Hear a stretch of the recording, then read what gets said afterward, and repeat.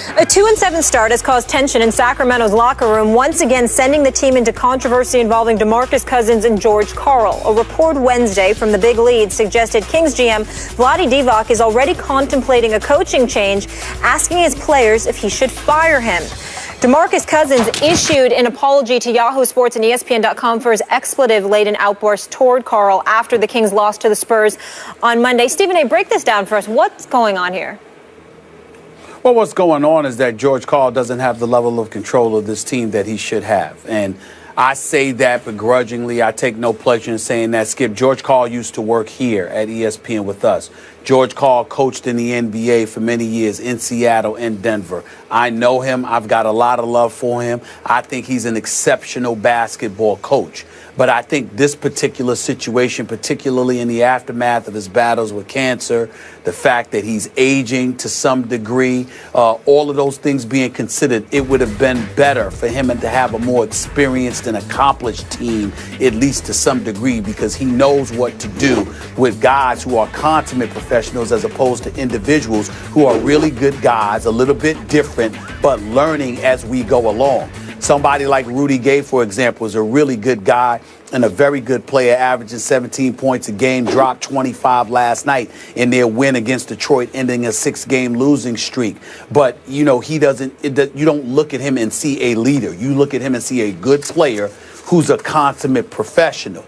You look at Demarcus Cousins, I think he's the best big man in the game. And I think that he gets a bad rap in terms of being a bad guy because he's not. But he does come across as a bit sensitive at times. He wears things on his sleeve to a lesser degree. He speaks his mind, and sometimes he loses his temper. And that's going to be difficult for some people to accept. Rondo comes in there. He's got a triple-double last night, played 48 minutes for the second straight game because Darren Collison and Seth Curry have been out, and they haven't been there to spell for him, and he put forth a triple-double, and that was great to see.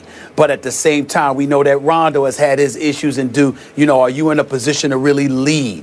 That's the question. And so when you have so many questions, your coach has to be able to step in and be the kind of guy that not just has the message, but that has the cachet and the presentation skills to deliver it in a way to you that will galvanize the troops and motivate them to really just squeeze every measure of potential out of themselves.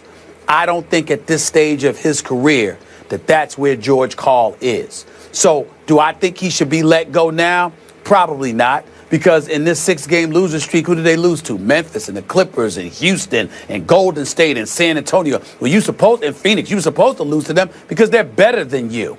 The flip side to it, however, is that even though I wouldn't say that George Karl needs to be let go now, a legitimate argument could be made that he should have been let go before this season even began, because we heard about how bad the relationship was with Demarcus Cousins and himself. And the fact that it's this early in the season and you have to have a players-only meeting, then a meeting that includes everybody, then Demarcus Cousins going off in a profanity-laced tirade before turning around and apologizing to everybody and saying he'll be the scapegoat to all of this stuff going on. If it were anyone else, we'd be saying there's a lack of institutional control here. Somebody needs to stir this ship in the right direction. Somebody needs to be the leader. And as great as I think Demarcus Cousins is, he's too young, too inexperienced, and too emotionally volatile at this moment in his career to put that pressure on his shoulders. He has to have somebody to alleviate that. And in this case, it's supposed to be the coach, but it's not. So you might have no choice but to move in a different direction if you're Vlade. But the point is, it probably should have been done before you were 8 games into the season, 9 games into the season. Yep. Unfortunately, I agree with you. I've known George Karl for a long, long time. I still say of the current NBA coaches, I'll put his basketball acumen in the top 5. He really knows the game. Does he know today's players? Has he lost a little touch? I don't know. But now to Demarcus Cousins. I'm a big fan. I've gotten to know him a little bit. I pushed for him before that draft. I thought he should have gone number 1 over his teammate John Wall. Stand by that. And I agree with you, Stephen A. DeMarcus still has some problems as he continues to grow up in controlling, channeling his emotions. He lets them run amok on him sometimes. If you want to call it temper or just getting over emotional about any and every little thing, I'll give you that. But I got to tell you, I'm on DeMarcus's side here because George Karl burned that bridge 3 months into the job last year. Remember what happened? He took over in February. Then there was a report by our Mark Stein about 3 months in. George wanted to trade DeMarcus Cousins. And it took the owner and Vlade putting a stop to it to keep DeMarcus in a Kings uniform. Well, I'm not saying George is right or wrong, but I'm a big fan of DeMarcus's. I get he can be a little tough to coach, maybe a little tough sometimes to play with.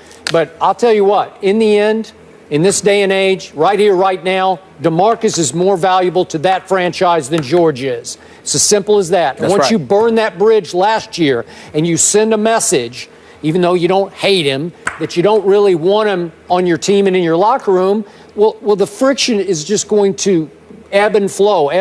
It's always going to be an undertow of friction between the star of the team and the coach of the team. And I'm sorry, but George, the story got out there. I know DeMarcus knew all about it.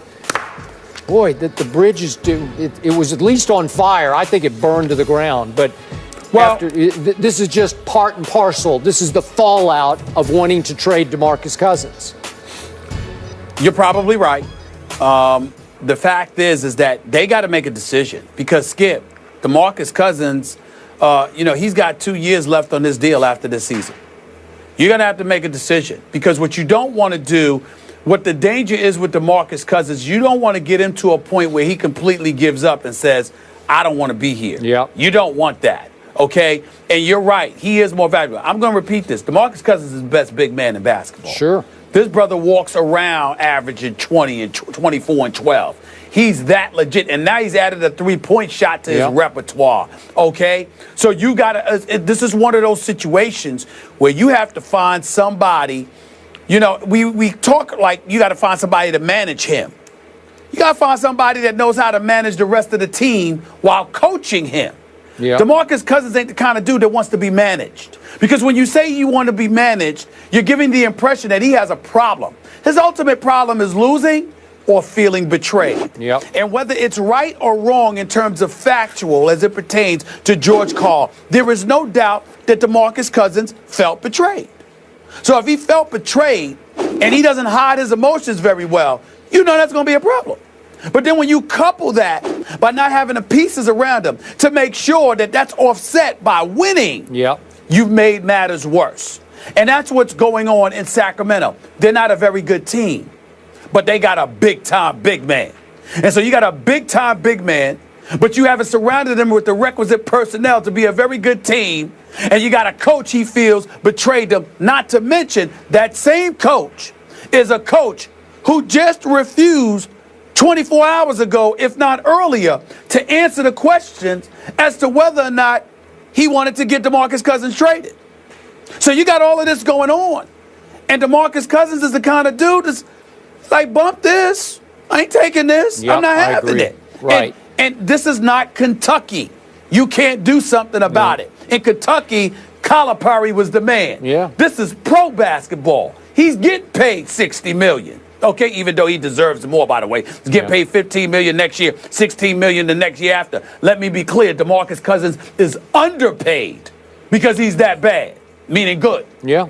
But something has to be figured out here. You got to figure this out before DeMarcus Cousins gets to a point where he says, I don't want to be in Sacramento anymore, because he's the kind of personality, if he gets to that point, ain't no turning him around. Okay, I hear you. And look, bottom line here for me, I do not want to come across as defending DeMarcus over his profanity-laced tirade directed at his head coach after a loss to my Spurs.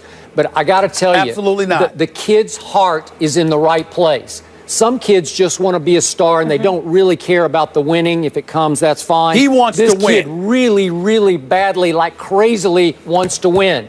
Love that about him. And again, if with the right connection, with the right coach channeling that in the right direction, good things will happen. And to recap, but let's make sure. I'm sorry, Stephen A. Go ahead. I'm just saying, let's make sure, Skip, we understand something here. The cussing out might not be a product of the 6-game losing streak. Yeah. The cussing out might be a product of, I never got over what you did. I agree. Or what you say. And Demarcus Cousins is one of those people. You know how your hair stands up on your skin and you feel your skin crawling when somebody's talking behind your back? Yeah. We don't know whether it's true or not.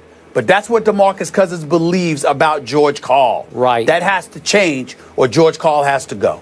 You and got at this point, you both believe Demarcus Cousins is more valuable to the organization than George Karl. Yeah. The Kings will be looking for their third win of the season when they host the Nets. That's on Friday. Floyd Mayweather doesn't think Ronda Rousey is very valuable to boxing. He speaks out again, but what did the undefeated star say?